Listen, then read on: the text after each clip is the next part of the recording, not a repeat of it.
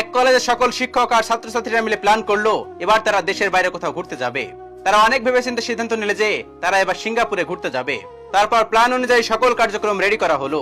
তারপর যেদিন ফ্লাইট, ঠিক সময়ে সবাই প্লেনে উঠে বসলো। সেই সময় পাইলট এসে সবাইকে উদ্দেশ্য করে বলল, আপনাদের জন্য একটা খুশির সংবাদ আছে। খবরটি খুবই খুশির, এমনকি গর্বেরও বিষয়। আপনারা সবাই শুনলে আনন্দিত হবেন। তারপর পাইলট বললেন, আপনারা যে প্লেনে করে সিঙ্গাপুরে যাচ্ছেন সেই প্লেনটি আপনাদের কলেজের মেধাবী স্টুডেন্টরাই বানিয়েছে। এ কথা শোনা মাত্রই প্লেনে থাকা সকল শিক্ষক তাড়াহুড়া করে নেমে পড়লেন। তাদের ধারণা, যেহেতু তাদের কলেজের ছাত্র এই প্লেনটা বানিয়েছে, সেহেতু এটা আকাশ ওঠার সাথে সাথে ক্রাশ করে ফেলবে। তাই প্লেনে থাকা সকল শিক্ষক নেমে পড়লো, কিন্তু সেই কলেজের প্রিন্সিপাল নামলো না। তারপর পাইলট সে প্রিন্সিপালের কাছে গিয়ে জিজ্ঞেস করলো, স্যার, সব শিক্ষকরাই তো নেমে পড়লো, কিন্তু আপনি কেন নামলেন না?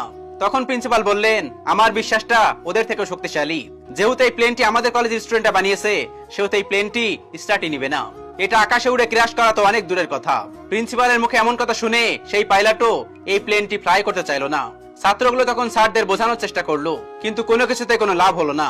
পাইলটকে অনেক বোঝানোর পর তারপর সেই প্লেনটি তারা ফ্লাই করলো, এবং সেই প্লেনটি কোনো দুর্ঘটনা ছাড়াই সিঙ্গাপুরে পৌঁছে গেলেন। এবং তারা ঘুরে ফিরে আবার ভালো মতোই সেই দেশে ফিরে আসলো। তারা দেশে ভালোভাবে ফিরে আসার পরে সেই শিক্ষকগুলো আফসোস করতে লাগলো আর ছাত্রদেরকে নিয়ে গর্ব করতে লাগলো। বলতে লাগলো, এই না হয় আমাদের শিক্ষায় শিক্ষিত ছেলে মেয়ে, অথচ তারাই কিন্তু ফার্স্ট টাইম বিশ্বাসই করেছিল না। তারা ভেবেছিল এই প্লেনটি চলবেই না। এই গল্পটি কিন্তু ভীষণ শিক্ষণীয়। গল্পটি সবার সঙ্গে মিলে যাবে, কম বেশি সবার সঙ্গে মিলবে। আমরা যখন কিছু করতে চাই তখন সর্বপ্রথম আমাদের আশেপাশের মানুষগুলো আমাদেরকে বিশ্বাস করে না।